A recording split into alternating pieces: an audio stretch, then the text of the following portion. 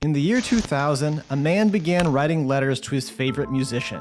As time went on, the letters began to take on an increasingly desperate tone, begging the artist to respond to him and revealing increasingly concerning details about his personal life. Eventually, in a tragic turn of events, he drunkenly drives his car off a bridge with his pregnant girlfriend locked in the trunk, killing both of them.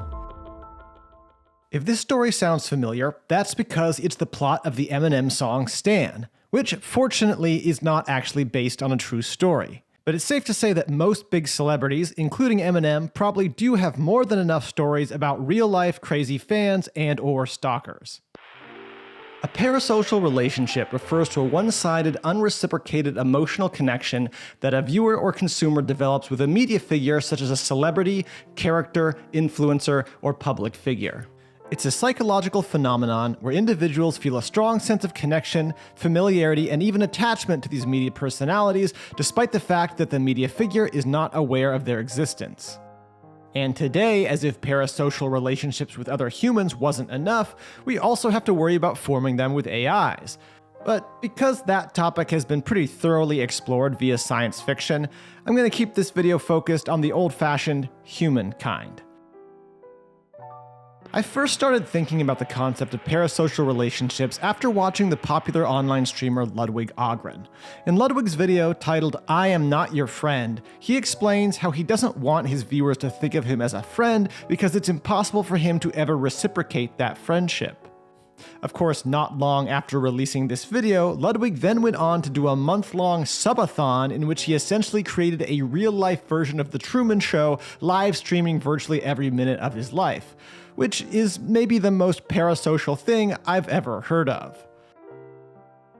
Online streaming introduces a new dimension of parasociality.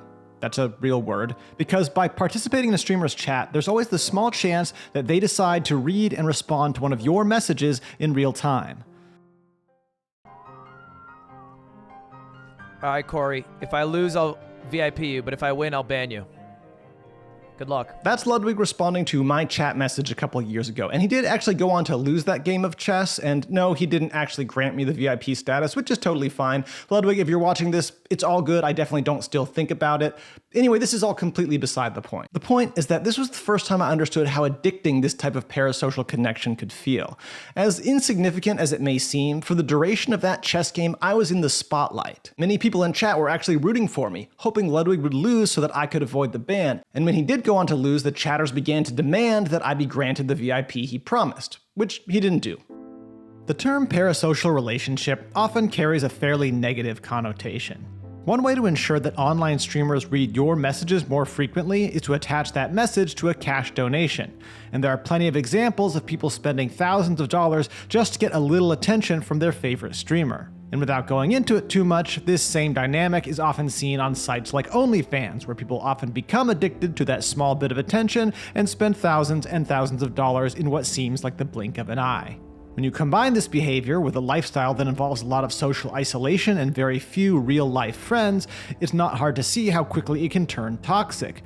But focusing on the worst examples of parasocial relationships only tells part of the story. One thing I think Ludwig does well is finding unique ways to involve his community in his streams. Once, while playing the frustratingly difficult platforming game Jump King, he started playing songs from a community-created playlist in which chat members recorded karaoke-style renditions of popular songs, except with the twist that all the lyrics were rewritten to be about Ludwig's quest to beat the game. See the former Jump King fall, and the beauty of it all is when the chat laughs right at you. And yeah, I might have participated in that, and it might be possible that the two songs I recorded exist as unlisted YouTube videos, but that are still available to listen to via the original playlist.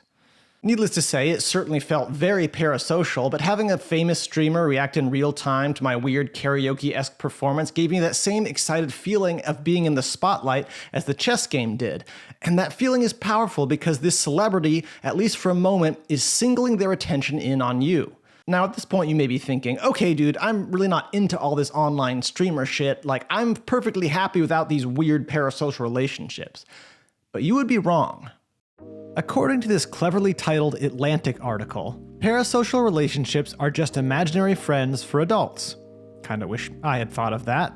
The article goes on to explain that parasocial bonds exist on a continuum of intensity, from entertainment social, say gossiping about a celebrity, to intense personal, intense feelings towards the celebrity, to borderline pathological, uncontrollable behavior and fantasies. And I think most of us do tend to stick closer to the more reasonable sounding end of this spectrum.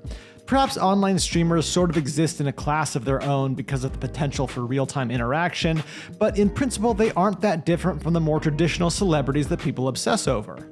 But why do we care at all or feel any sort of attachment to people who we mostly only see on screens? Why do these feelings even extend to fictional characters? Well, not that this video needs a speculative evolutionary psychology style explanation, but oh well. Humans are social creatures who are naturally empathetic to one another, but we evolved in an environment where all of our social contact came from people within our tribe who we had direct face-to-face interactions with. However, as human societies have grown more and more complex, we've been increasingly exposed to people we can empathize with and attach to, but not interact with directly. One can imagine a type of parasocial relationship between a king and his subjects, between an ancient Greek actor and his audience. Some of the first documented parasocial relationships of the mass media era are said to have been between radio hosts and their listeners. Of course, it's important to point out that most people don't really have a problem separating parasocial relationships from real ones. You might feel sad when you hear about a celebrity death, but that feeling would pale in comparison to the death of a close real-life friend. I think it goes without saying that we live in a golden age of parasocial relationships. If you told someone, say 20 years ago, that you spend hundreds of hours listening to people you've never met talk, and that these conversations keep you company while you go on a walk, exercise, do the dishes, and in some cases you actually spend more time listening to these people talk than you do your own friends and family, well, I'm not sure what someone would say 20 years ago. They would probably say something like, okay, but nowadays we call it a podcast. I don't know about you, but I've definitely had the experience after listening to a lot of someone's content that I almost forget that I don't know them. Sometimes I find myself rehearsing conversations with them in my head, imagining what I'd say if I were on the podcast with them.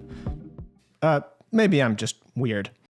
I think there are two ways to look at this. On the one hand, it is perhaps a bit concerning that in an age of increasing isolation, we are more and more turning to the internet to provide human connection as a replacement for interacting with people in real life. And when these interactions are completely one-sided, it can feel like something that kinda sorta helps push away the loneliness, but still leaves you with a very hollow feeling. On the other hand, when parasocial relationships are more of a complement to real-life relationships, they can be very enriching. You get exposed to all kinds of people you'd never normally get to meet, and hear perspectives and conversations you'd never normally get to hear. Either way, one thing is perfectly clear. Parasocial sells. People who are charismatic and willing to be vulnerable enough to form an emotional connection with their audience are often the most successful influencers. And celebrities of all types have started to cash in on this by selling little hits of parasocial joy on sites like Cameo, or starting their own podcasts, doing live streams, whatever. In a way, it's strangely appropriate that a stan has come to be a common term for a devoted fan. While the story told in the song is tragic, many of us can relate to what fictional Stan felt for Eminem. And celebrities too understand that their success is often only made possible by the parasocial relationships, healthy or unhealthy, that their fans have with them. If you've ever felt a surprisingly profound sadness over the death of a character in a novel you've been reading, it's a testament to the power of the human imagination when you realize that your attachment to this character is born out of nothing more than words on a page. And while the ways and reasons we form parasocial relationships with fictional characters could probably be a whole separate video, the point is that this ability to empathize with and feel strong attachments towards these larger-than-life characters, whether embodied by real people or simply described by an author, is what makes stories feel so magical. As with everything, with parasocial relationships you have to take the good with the bad. Being part of an online community like Ludwig's can be a lot of fun, and even if Ludwig himself won't be your friend, maybe you'll find someone else in his chat who will be. You may never get the chance to grab a beer with your favorite podcaster, but you can at least talk about the interesting ideas you learned from that podcast over a beer with one of your real-life friends. I think the key here is just to ideally pump the brakes a little before you're about to hurtle over the side of a metaphorical bridge with your metaphorical pregnant girlfriend locked in the trunk.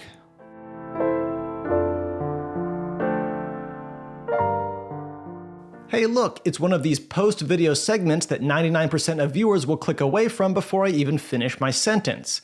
But if you're still here, that's great news. Perhaps we can form some sort of parasocial relationship that I can eventually monetize. Luckily, at the moment, I don't have a Patreon or any merch or anything of any kind to sell you, so all I can ask is that you maybe consider subscribing to my channel and clicking like on this video if you haven't already done those things. I hope to see you in the future if I'm ever going to succeed at this. Bye. We've been waiting for a long time, maybe. You won't need to dress up like a baby.